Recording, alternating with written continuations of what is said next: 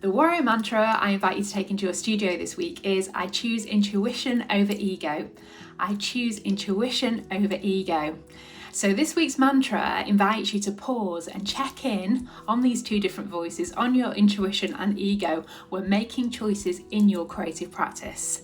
So let's get clear on what we mean by this. So your ego is the louder voice in your head. You know, it likes to protect you, it likes to keep you safe, it doesn't like risk, and so it pushes you towards what's familiar. And you know, your ego is what can make you obsess over perfection, and sometimes maybe compare your creative work to others, compare your Instagram feed to others.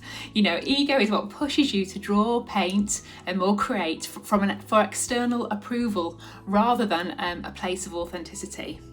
So intuition, on the other hand, you know, is that calmer inner voice that is often felt. It's more present in the body as opposed to in the head. And unlike ego, you know, it speaks more quietly and at a slower tempo because it doesn't need to rush. It's got nothing to prove.